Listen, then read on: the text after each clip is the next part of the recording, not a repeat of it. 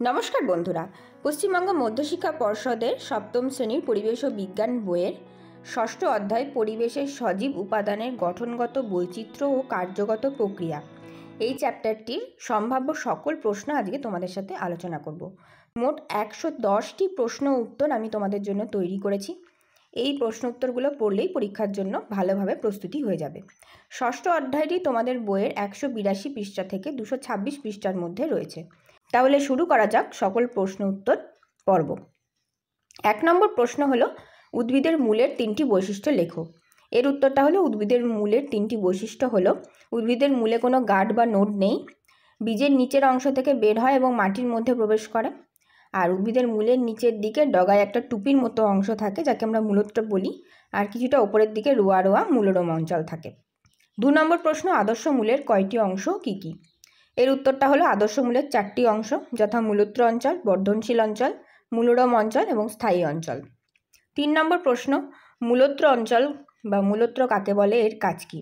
এর উত্তরটা হলো, মূলের ডগায় টুপির মতো অংশটা হলো মূলত্র। মূলত্রের কাজ হলো মূলের মাটিতে প্রবেশের সময় শক্ত আঘাত থেকে মূলের নরম অংশকে বাঁচানো। 4 নম্বর প্রশ্ন, মূলরম কী, এর কাজ কী? এর উত্তরটা হলো, মূলের বর্ধনশীল অঞ্চলের ওপরে রোঁয়াযুক্ত অঞ্চল থাকে, একে মূলরম অঞ্চল বলে। মূলরমের কাজ হলো মাটি থেকে জল ও নানান খনিজ পদার্থ শোষণ করা। 5 নম্বর প্রশ্ন, মূলের 2টি কাজ লেখো। এর উত্তরটা হলো, মূলের 2টি কাজ হলো মাটির সাথে গাছকে শক্তভাবে আটকে রাখা আর মাটি থেকে জল, খনিজ লবণ ইত্যাদি শোষণ করা। 6 নম্বর প্রশ্ন, উদ্ভিদের মূল সবুজ হয় না কেন? এর উত্তরটা হলো, উদ্ভিদের মূলে ক্লোরোফিল থাকে না, তাই জন্য উদ্ভিদের মূল সবুজ হয় না। 7 নম্বর প্রশ্ন, স্থানিক মূল কাকে বলে?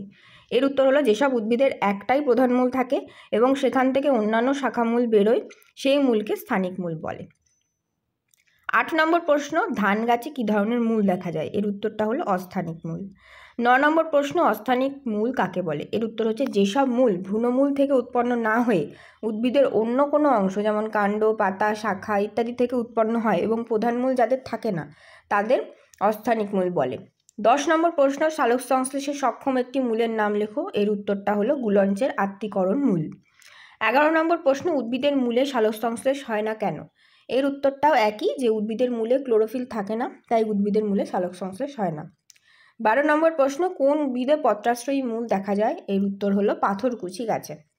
13 নম্বর প্রশ্ন, কোন কোন উদ্ভিদে গুচ্ছমূল দেখা যায়? গুচ্ছমূল বলতে যার প্রধান মূল থাকে না, কতগুলো সরু সরু গুচ্ছমূল একত্রে হয়ে থাকে তাকে গুচ্ছমূল যুক্ত গাছ বলে, যেগুলো ধান গাছ, গম গাছ, ভুট্টা, পেঁয়াজ এসব গাছে দেখা যায়। তোমরা যদি কখনো দেখে থাকো তাহলে ভালোভাবে বুঝতে পারবে। আমি এখানে একটা পাশের ছবিও দিয়ে দিলাম তোমাদের সুবিধার জন্য, যে গুচ্ছমূলটি কীরকম দেখতে হয়। 14 নম্বর প্রশ্ন হলো, কাণ্ডের প্রকৃতি অনুযায়ী উদ্ভিদকে কয় ভাগে ভাগ করা যায় ও কী কী? কাণ্ডের প্রকৃতি অনুযায়ী উদ্ভিদকে 3 শ্রেণীতে ভাগ করা যায়। একটা হচ্ছে বিরুৎ জাতীয় গাছ, একটা গুল্ম জাতীয় গাছ আর একটা বৃক্ষ জাতীয় গাছ। বৃক্ষ জাতীয় গাছের কয়েকটা উদাহরণ হলো আম, কাঁঠাল, বট, অশ্বত্থ এগুলি। 15 নম্বর প্রশ্ন হলো, এবার হলো 16 নম্বর প্রশ্ন, যেখানে গুল্ম জাতীয় গাছের নাম বলতে বলা হয়েছে। গুল্ম জাতীয় গাছ হচ্ছে জবা, গন্ধরাজ, আকন্দ ইত্যাদি। 17 নম্বর প্রশ্ন, কয়েকটি বিরুৎ জাতীয় গাছের নাম লেখো। বিরুৎ জাতীয় গাছ হচ্ছে ধান, গম। 18 নম্বর প্রশ্ন, আকর্ষ আছে এমন কয়েকটি গাছের নাম লেখো। আকর্ষ আছে এরকম কয়েকটি গাছের নাম হলো মটর, লাউ, অপরাজিতা।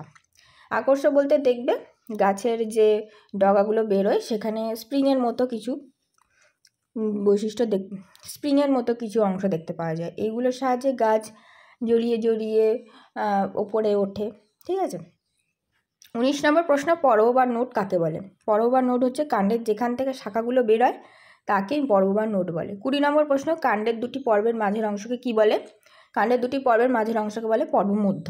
21 নম্বর প্রশ্ন, পাতা ও কাণ্ডের মাঝে যে কোণ তৈরি হয় তাকে কি বলে? যে কোণ তৈরি হয় তাকে বলা হয় কক্ষ বা অ্যাক্সিল।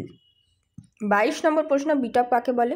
উদ্ভিদের কাণ্ড, শাখা প্রশাখা বা ডাল, পাতা, ফুল, ফল নিয়ে গাছের যে অংশ তৈরি হয় তাকেই বলা হয় হচ্ছে বিটপ। 23 নম্বর প্রশ্ন, কচুরিপানার খর্বধাবক কোন অঙ্গের রূপান্তরিত রূপ? এটা হচ্ছে কাণ্ডের রূপান্তরিত রূপ। 24 নম্বর প্রশ্ন, দূষিত বায়ুর সংস্পর্শে লাইকেনের রং কী হয়ে যায়? এর উত্তরটা হচ্ছে খয়েরি রঙের হয়ে যায়। 25 নম্বর প্রশ্ন, গাছের গুঁড়ি থেকে পরিবেশ দূষিত হচ্ছে কি না কীভাবে বুঝবে? এর উত্তর হলো, গাছের গুঁড়ির ওপরে সবুজ ছোপ ছোপ লাইকেন থাকে। বাতাস দূষণমুক্ত থাকে তখন লাইকেনের রং কিন্তু সবুজ হয়। কিন্তু বাতাস যদি বেশি দূষিত হয়ে যায় তাহলে লাইকেনের রং খয়েরি হয়ে যায়। এভাবে আমরা বাতাস দূষিত হচ্ছে কিনা বা পরিবেশ দূষিত হচ্ছে কিনা সেটা গাছের গুঁড়ি দেখে বুঝতে পারবো। 26 নম্বর প্রশ্নে একটি আদর্শ পাতা কয়টি অংশ নিয়ে গঠিত? একটি আদর্শ পাতা সাধারণত 3টি অংশ নিয়ে গঠিত: পত্রমূল, পত্রবৃন্ত, পত্রফলক। 27 নম্বর প্রশ্ন, পত্রমূল কাকে বলে? পাতার যে অংশটি কাণ্ড বা শাখা প্রশাখার পর্বের সঙ্গে যুক্ত থাকে তাকে পত্রমূল বলে। 28 নম্বর প্রশ্ন, পত্রবৃন্ত কাকে বলে? পাতার গোড়ায় যে সরু ডাঁটির মতো অংশ থাকে তাকে পত্রবৃন্ত বা পাতার বোটা বলে। 29 নম্বর প্রশ্ন, পত্রফলক কাকে বলে? এর উত্তর হলো পাতার যে পাতলা চ্যাপ্টা ও প্রসারিত অংশটি থাকে তাকে পত্রফলক বলে। 30 নম্বর প্রশ্ন, কলাপাতায় কী ধরনের শিরাবিন্যাস দেখা যায়? কলাপাতায় হচ্ছে সমান্তরাল শিরাবিন্যাস দেখা যায়। সেরকম জালিকাকার শিরাবিন্যাস যদি কোথায় দেখা যায় এরকম প্রশ্ন হয় তাহলে তার উত্তরটা হবে জবা পাতা। তোমরা গাছের বিভিন্ন পাতা নিয়ে এগুলো পরীক্ষা করে দেখতে পারো যে সমান্তরাল কোন ক্ষেত্রে হচ্ছে আর জালিকাকার কোন ক্ষেত্রে হচ্ছে। 31 নম্বর প্রশ্ন হলো পত্রফলকের কাজ কী? এর উত্তরটা হলো পত্রফলক খাদ্য প্রস্তুত করে, গ্যাসীয় পদার্থ আদান প্রদান করে এবং বাষ্পমোচন করে। এই তিনটে হচ্ছে পত্রফলকের কাজ। 32 নম্বর প্রশ্ন, পত্রবৃন্তের কাজ কী? এর উত্তর হলো পত্রবৃন্তের কাজ পত্রফলককে কাণ্ডের সাথে আটকে রাখা। 33 নম্বর প্রশ্ন, পত্রমূলের কাজ কী? পত্রমূলের কাজ হলো পাতাকে কাণ্ড বা শাখার সঙ্গে যুক্ত রাখা। 34 নম্বর প্রশ্ন, একক পত্র কাকে বলে? উদাহরণ দাও। একক পত্র হচ্ছে যে পাতা একটি মাত্র ফলক দিয়ে তৈরি তাকে একক পত্র বলে, যেমন আম গাছের পাতা। 35 নম্বর প্রশ্ন, যৌগিক পত্র কাকে বলে? উদাহরণ দাও। যে পাতা একাধিক পত্রফলক দ্বারা গঠিত তাকে যৌগিক পত্র বলে, যেমন তেঁতুল পাতা। 36 নম্বর প্রশ্ন, ফুলের কোন অংশ ফলে রূপান্তরিত হয়? ফুলের ডিম্বাশয় হচ্ছে ফলে রূপান্তরিত হয়। 37 নম্বর প্রশ্ন, ফুলের কোন অংশ বীজে পরিণত হয়? ডিম্বক হলো বীজে পরিণত হয়। 38 নম্বর প্রশ্ন, আদর্শ ফুলের কয়টি অংশ কী কী? আদর্শ ফুলের 4টি অংশ, যথা বৃতি, দলমণ্ডল, পুংকেশর চক্র এবং গর্ভকেশর চক্র। 39 নম্বর প্রশ্ন, বৃতি কাকে বলে? একটি আদর্শ ফুলের বোটার ঠিক ওপরে সবুজ রঙের একটি ওল্টানো ঘণ্টার মতো অংশ আছে। এটি আসলে 5টি ছোট ছোট পাতার মতো অংশ জুড়ে তৈরি। এই অংশটিকে ফুলের বৃতি বলে। 40 নম্বর প্রশ্ন, বৃত্তাংশ কাকে বলে? ফুলের বৃতির প্রত্যেকটা অংশকে বৃত্তাংশ বলে। বৃত্তাংশগুলি আলাদা থাকতে পারে আবার জুড়েও থাকতে পারে। 41 নম্বর প্রশ্ন, দলমণ্ডল কাকে বলে? বৃতির ভিতরে থাকে ফুলের পাপড়ি। সমস্ত পাপড়ি বা দলগুলো জুড়ে তৈরি হয় দলমণ্ডল। ফুলের পাপড়ি বিভিন্ন বর্ণের হয়। এদের সংখ্যা, গন্ধ, রং নানা ফুলে নানান রকম। 42 নম্বর প্রশ্ন, পুংকেশর চক্র বা পুংকেশর কাকে বলে? এর উত্তর হলো ফুলের মধ্যে থাকা একটা সরু সুতের মতো অংশের মাথায় থাকে একটি থলি, একে বলে পরাগধানী। সরু সুতোর মতো অংশ ও তার মাথায় থাকা পরাগধানীকে একসঙ্গে বলে পুংকেশর। 43 নম্বর প্রশ্ন, গর্ভকেশর কাকে বলে? ফুলের গর্ভাশয়, গর্ভদণ্ড এবং গর্ভমুণ্ডকে একসঙ্গে বলে গর্ভকেশর। সব ফুলের গর্ভকেশর আকারে এবং সংখ্যায় এক হয় না। 44 নম্বর প্রশ্ন, ফুল থেকে কিভাবে ফল ও বীজ তৈরি হয়? এর উত্তর হলো ফুলের পরাগধানীর মধ্যে যে পরাগ থাকে তা গর্ভমুণ্ডে পড়ে, তারপর ডিম্বকের সঙ্গে মিলিত হলে ডিম্বাশয় ফলে এবং ডিম্বক বীজে পরিণত হয়।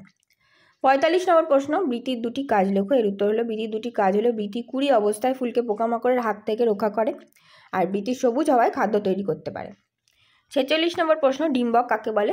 গর্ভাশয়কে লম্বালম্বি বা আড়াআড়ি চিরে ফেললে দেখা যাবে তার ভিতরে এক বা একাধিক প্রকোষ্ঠে এক একটি দানার মতো স্ফীত অংশ রয়েছে, একে ডিম্বক বলে। 47 নম্বর প্রশ্ন, পরাগ রেণু কাকে বলে? এর উত্তর হচ্ছে পরাগ ধানীর মধ্যে অবস্থিত হলুদ রঙের অসংখ্য গুড়ের গুঁড়ো পদার্থকে পরাগ রেণু বলে।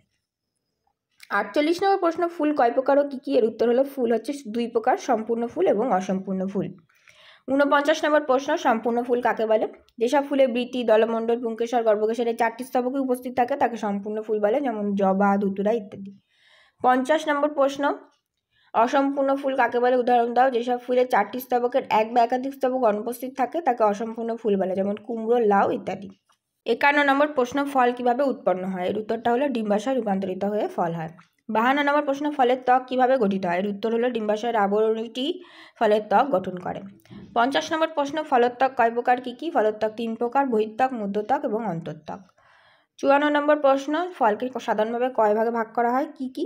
ফলকে সাধারণত 3টি ভাগে ভাগ করা হয়। একটা হচ্ছে সরল ফল, একটা হচ্ছে যৌগিক ফল এবং আরেকটা হচ্ছে গুচ্ছিত ফল। সরল ফল কাকে বলে? যখন একটি ফুল থেকে একটি মাত্র ফল গঠিত হয় তখন তাকে সরল ফল বলে, যেমন আম। 56 নম্বর অংশ হচ্ছে আমের কোন অংশ আমরা খাই? এর উত্তর হচ্ছে মধ্যত্বক। পরবর্তী প্রশ্ন, একটি গুচ্ছিত ফলের উদাহরণ দাও। একটি গুচ্ছিত ফলের উদাহরণ হলো আতা। তারপরে 58 নম্বর প্রশ্ন, একটি যৌগিক ফলের উদাহরণ দাও। যৌগিক ফলের উদাহরণ হলো এঁচোড়। 59 নম্বর প্রশ্ন, ফল কাটলে কোন ধরনের পতঙ্গ উড়ে আসে? ফল কাটলে সাধারণত ড্রসোফিলা নামে এক ধরনের মাছি উড়ে আসে। 60 নম্বর প্রশ্ন, বীজ কাকে বলে? নিষেকের পর ফুলের ডিম্বাশয়ে অবস্থিত ডিম্বকটি পরিবর্তিত হলে যে অংশের সৃষ্টি হয় তাকে বীজ বলে। 61 নম্বর প্রশ্ন, বীজ কয় প্রকার, কী কী? এর উত্তর হলো বীজ 3 প্রকার, যেমন একবীজপত্রী বীজ, দ্বিবীজপত্রী বীজ এবং বহুবীজপত্রী বীজ। 62 নম্বর প্রশ্ন, একবীজপত্রী বীজ কাকে বলে? উদাহরণ দাও। এর উত্তর হলো বীজে একটি বীজপত্র থাকলে তাকে একবীজপত্রী বীজ বলে, যেমন ধান, ভুট্টা ইত্যাদি। 63 নম্বর প্রশ্ন, দ্বিবীজপত্রী বীজ কাকে বলে? উদাহরণ দাও। বীজে দুটি বীজপত্র থাকলে তাকে দ্বিবীজপত্রী বীজ বলে, যেমন মটর, ছোলা, কুমড়ো ইত্যাদি। 64 নম্বর প্রশ্ন, বহুবীজপত্রী বীজ কাকে বলে? উদাহরণ দাও। এর উত্তর হলো বীজে দুইয়ের বেশি বীজপত্র থাকলে তাকে বহুবীজপত্রী বীজ বলে, যেমন পাইন। 65 নম্বর প্রশ্ন, ডিম্বক কাকে বলে? অপরিপক্ক এবং অপরিণত বীজকে ডিম্বক বলে। 66 নম্বর প্রশ্ন, ডিম্বক রন্ধ্র কাকে বলে? ডিম্বক নাভির একটু ওপরে বীজোত্তকের গায়ে একটা ছোট ছিদ্র থাকে, এখান দিয়ে অঙ্কুরোদ্গমের সময় ভ্রূণমূল নির্গত হয়, একেই ডিম্বক রন্ধ্র বলে। 67 নম্বর প্রশ্ন, ভ্রূণাক্ষ কাকে বলে? বীজপত্র সংলগ্ন বাঁকা ছোট দণ্ডাকার অংশটিকে বলা হয় ভ্রূণাক্ষ। 68 নম্বর প্রশ্ন, ভ্রূণমুকুলের আবরণীকে কী বলে? এর উত্তরটা হচ্ছে ভ্রূণমুকুল আবরণী। এর পরবর্তী প্রশ্ন, 69 নম্বর প্রশ্ন, ভ্রূণমূলের আচ্ছাদনকে কী বলে? ভ্রূণমূলের আচ্ছাদনকে বলা হয় হচ্ছে ভ্রূণমূলাবরণী। 70 নম্বর প্রশ্ন, বীজোত্তক কাকে বলে? এর গঠন কেমন? এর উত্তর হচ্ছে বীজের বাইরের হলুদ বা সবুজ দ্বিস্তরীয় খোসাটিকে বীজোত্তক বলে। বীজোত্তক দুটি স্তরে বিভক্ত, বাইরের স্তরটিকে পুরু স্তর, শক্ত এবং চামড়ার মতো, কিন্তু এরা মসৃণ হয় বাইরের স্তরটি, আর একে বলা হয় বীজ বহিত্তক বা টেস্টা। আর ভেতরেরটি হচ্ছে অত্যন্ত পাতলা এবং অর্ধস্বচ্ছ, এবং একে বলা হয় বীজ অন্তঃত্বক বা টেগমেন।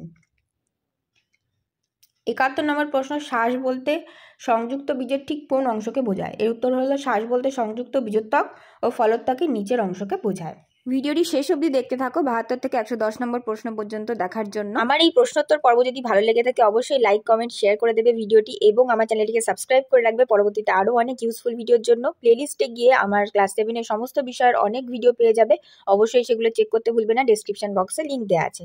চলে যাচ্ছি পরবর্তী প্রশ্নে।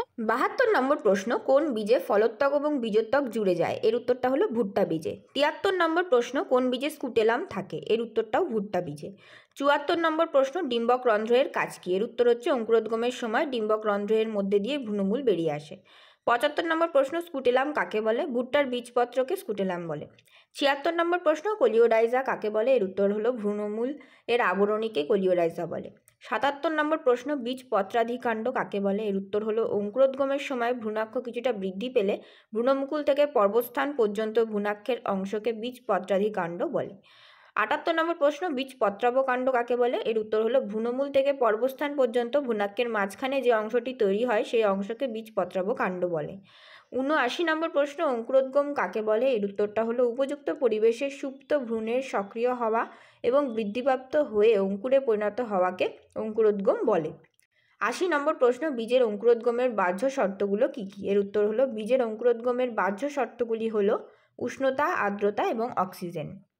81 নম্বর প্রশ্ন হলো, পাখির দ্বারা পরাগ মিলন হয় এমন একটি উদ্ভিদের উদাহরণ দাও। এর উত্তরটা হলো শিমুল।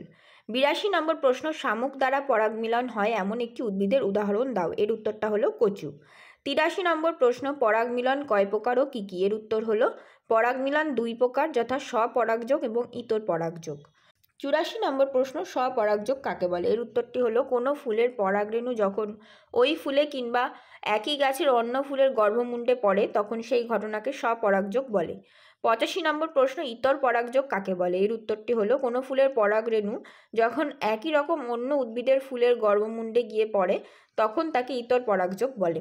86 নম্বর প্রশ্ন, ইতর পরাগযোগের একটি সুবিধা লেখো। এর উত্তরটা হলো ইতর পরাগযোগের সুবিধা হলো এই ইতর পরাগযোগের ফলে নতুন বৈশিষ্ট্যের উদ্ভব হয়। 87 নম্বর প্রশ্ন, কী কী কারণে পরাগ মিলনের সমস্যা হয় এবং কেন তা বুঝিয়ে লেখো। এর উত্তরটা হলো পোকা মারার ওষুধ ব্যবহার, গাছপালা ধ্বংস, পরিবেশের উষ্ণতা বৃদ্ধি এবং পরিবেশের উষ্ণতা হ্রাস। প্রধানত এই 4টি কারণেই পরাগ মিলনের সমস্যা দেখা দেয়।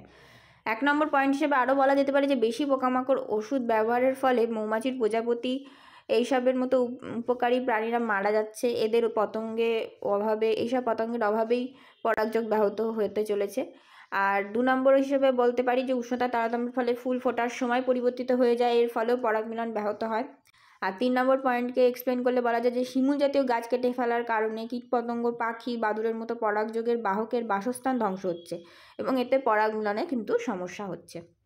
88 নম্বর প্রশ্ন, ব্যাপন কাকে বলে? এর উত্তরটা হলো অণুদের অবিশ্রান্ত গতির জন্য গ্যাসীয় অবস্থায় বা দ্রবণে বেশি ঘনত্বের অংশ থেকে কম ঘনত্বের অংশে পদার্থের অণু ছড়িয়ে পড়ার ঘটনাকে ব্যাপন বা ডিফিউশন বলে।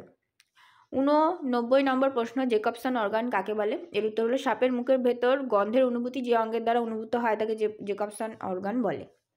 90 নম্বর প্রশ্ন, সাপ কেন প্রায়ই জিভ বার করে? এর উত্তর হচ্ছে বিভিন্ন প্রাণীর দেহ থেকে বেরোনো নানান উদ্বায়ী যৌগ বাতাসের মধ্যে দিয়ে ছড়িয়ে পড়ে। সেই সব যৌগ সাপের জিভে আটকে যায়। সাপের মুখের ওপরের তালুতে একটি বিশেষ অঙ্গ থাকে যার নাম হচ্ছে জেকবসন অর্গান। সাপ জিভটা মুখে ঢুকিয়ে ওপরের তালুতে ঠেকালে তখন ওই গন্ধের অণুগুলো মস্তিষ্কে উদ্দীপনা সৃষ্টি করে এবং এর সাহায্যে সাপ চারপাশের পরিবেশ সম্বন্ধে জানতে ও বুঝতে পারে। 91 নম্বর প্রশ্ন, বাড়িতে গ্যাস লিক করলে কী সাবধানতা নিতে হবে? এর উত্তরটা হচ্ছে বাড়িতে গ্যাস লিক করলে দরজা জানলা খুলে দিয়ে হাওয়া চলাচল করতে দিতে হয়। সে সময় কোনো আগুন বা বৈদ্যুতিক সুইচ জ্বালাতে বা নেভাতে নেই, কারণ ব্যাপনের ফলে গ্যাসের অণুগুলো ঘরের মধ্যে বেশ কিছু দূর ছড়িয়ে পড়ে। সামান্য স্ফুলিঙ্গও গ্যাসে আগুন ধরে যেতে পারে এবং বিস্ফোরণ ঘটাতে পারে। 92 নম্বর প্রশ্ন, অনেক সময় বহু নর্দমা বা সেপটিক ট্যাঙ্কে নামলে মানুষের মৃত্যু ঘটে যায়, এর কারণ কি? এর উত্তরটা হচ্ছে বদ্ধ নর্দমা বা সেপটিক ট্যাঙ্কে বিষাক্ত গ্যাস প্রধানত হাইড্রোজেন সালফাইড জমে থাকে, তাই সেখানে নামলে প্রশ্বাসের সঙ্গে বিষাক্ত গ্যাস ফুসফুসে ঢোকে এবং অনেক ক্ষেত্রে মানুষের মৃত্যু ঘটায়।